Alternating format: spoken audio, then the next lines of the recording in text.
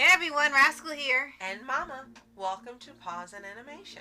Today we are covering the short anime, My Roommate is a Cat. Yes, and in this anime we have a mangaka who kinda is a loner and sort of a recluse who lives by himself until he meets unexpectedly Haru the kitty. And instead of developing friendships with the few people in his life and learning how to work through socializing again after events in his life, he works them out through Haru, and Haru helps to bring everyone closer. Yes. And before we start, be sure to like, subscribe, and notification buttons on future podcasts and one of Paws videos. Absolutely. And this one we ended up finding out about because we saw a video on Twitter that had a really hilarious clip from this anime. And from the looks of the clip, we thought it was a comedy. Yeah. That's what we thought it was, but it's really a slice of life with some comedic elements. And it's almost like a coming of age for an adult. Yeah. I don't know any other way to dramedy. put it. Right. And it's not what we thought it was, but it ended up being a nice anime to watch. If you're looking for something calm, pretty much soothing, that really doesn't have a lot of storylines or action or drama or anything like that, and you really want something that's truly slice of life, then My Roommate is a Cat should be what you watch. Yes. Subaru is voiced by Austin Tyndale. Yeah. And Haru is voiced by... Was there Charlene? I'm not Charlene. I'm thinking of Sherry Lee? Yeah, Sherry Lee, thank you. Yes. And it's really just an anime that's pleasant. There's no other way to describe it. It's really, really pleasant. Yeah. That is a perfect way to describe it because we thought it was going to be a big comedy. It's more of a dramedy, especially what happens in the beginning. It's sort of like school babysitters where tragedy happens to Subaru's parents. They are taken out in an accident and he's living by himself now, which is why he's pretty much closed off from everyone else, from his friends, his assistant editor for the publisher. It seems to really go into a serious note head on. Even with the fun intro, it's clearly not that type of anime, but I guess this would be more labeled for ones who need to open up or have had the same experience where they feel closed off or alone because of these events, and through something unexpected they can open up and become more sociable. And he doesn't really like social interaction, and people keep trying to socialize with him, including who really this guy is his best friend since childhood. Although Subaru doesn't see it that way, he has been his best friend. He dropped some books, he helped him pick them up, they've been friends ever since, although Subaru kind of didn't get that this guy is his best friend. They're truly best friends. Yeah. So he ends up finding Haru. Yes. Whose backstory we don't get until later. Right. And she is a stray, and he gives her a little bit of food. She eats it up. And the running joke in here is that she eats everything. She eats the cat food, the human food, the fish, whatever. She eats everything, and you find out why later. And he ends up taking her in, so she's not taken away by Pound. So he ends up taking her in, and she doesn't even get a name until a little later, too. What we really liked about this particular anime is you get to see, half of the time you get to see the events that happened that day through Subaru's eyes.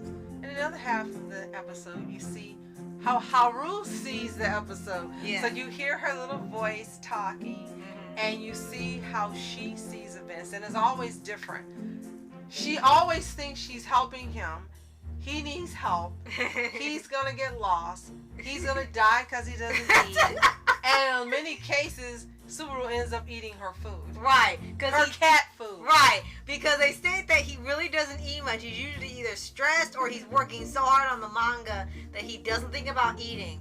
And sometimes he can go a few days without it. So sometimes they drop by to deliver him food or buy food for him because his fridge is always empty and he won't be passed out. When he doesn't eat, he passes out on the floor, and Haru starts panicking and says, "Here, eat! You need to eat!" So she thinks that in order for him to not pass out, he's got to eat her food. Yes.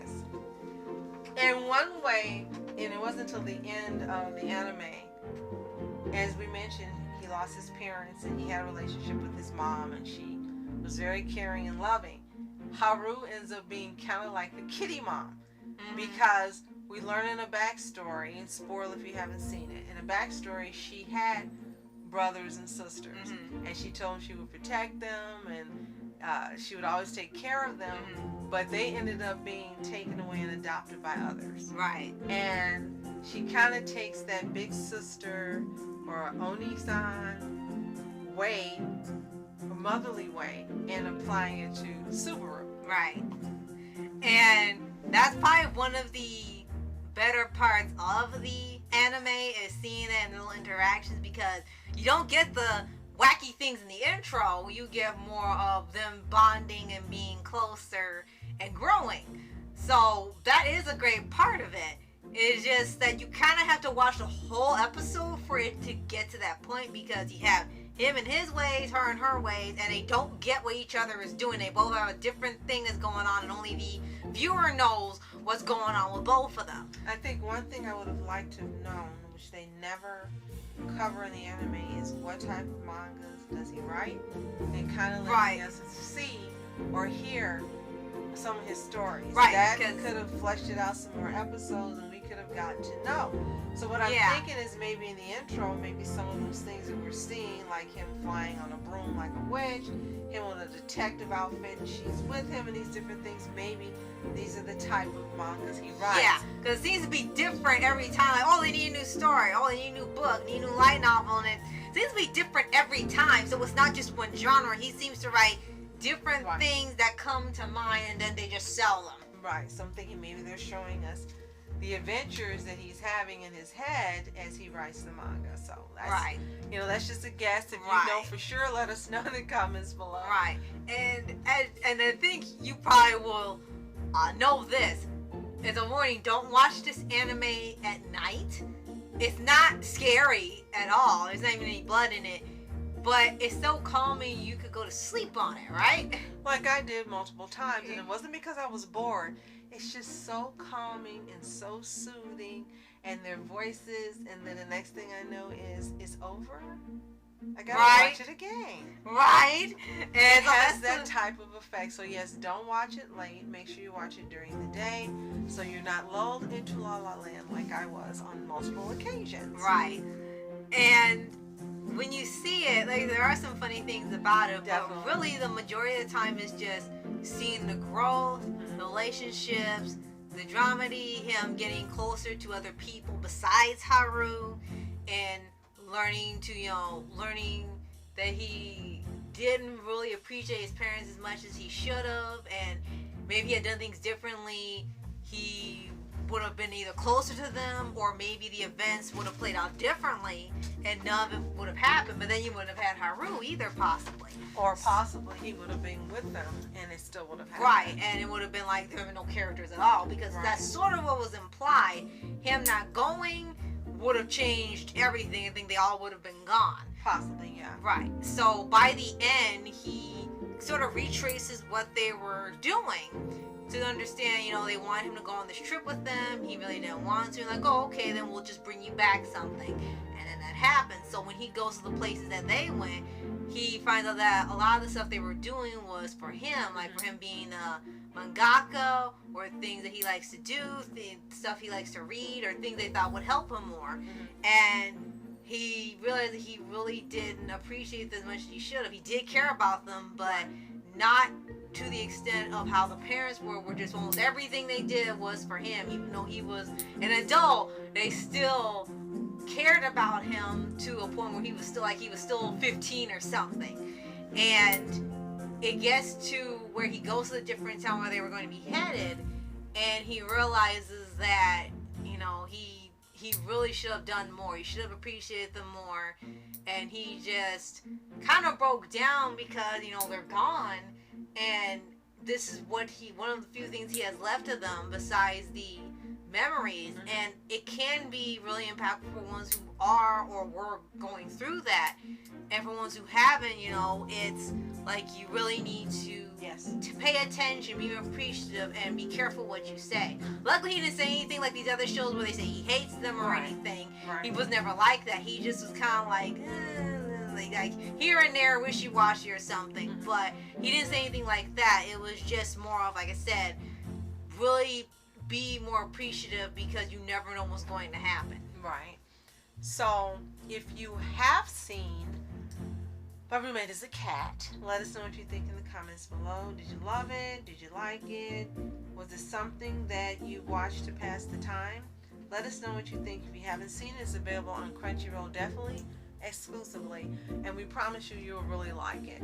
Just don't expect it to be high energy, or action filled, but if you want something just kind of like, how do I put it, it's kind of like, maybe you say you finished one anime and it's been really high energy and just crazy, and you want something to just like be calming, relaxing, and be like a palate cleanser going to another anime in between, then this would be the one to watch. You will enjoy it, you will learn from it, and you will definitely enjoy Austin Tyndall. No, he does not sound like Karen here. No. But you will enjoy his performance. He's really good, and so is Shirley. Yeah. And if you haven't already, subscribe for updates and make the videos in your favorite anime series, animated shows, and all things animation. Absolutely, and thank you so much for joining and watching today. We really appreciate you. If we're not familiar with you and you have a channel you want us to check out, let us know the name of the channel below. If possible, leave a link. We'll check it out and give you a subscribe as well. Yes. And we're trying to get to 1,000 subscribers by June. Yes. So, before June. Thank you for helping us out. Yes, thank you. And thank you so much for watching. I'm Rascal Entertainment. And I'm Mom Entertainment. Have a toontastic day. Peace.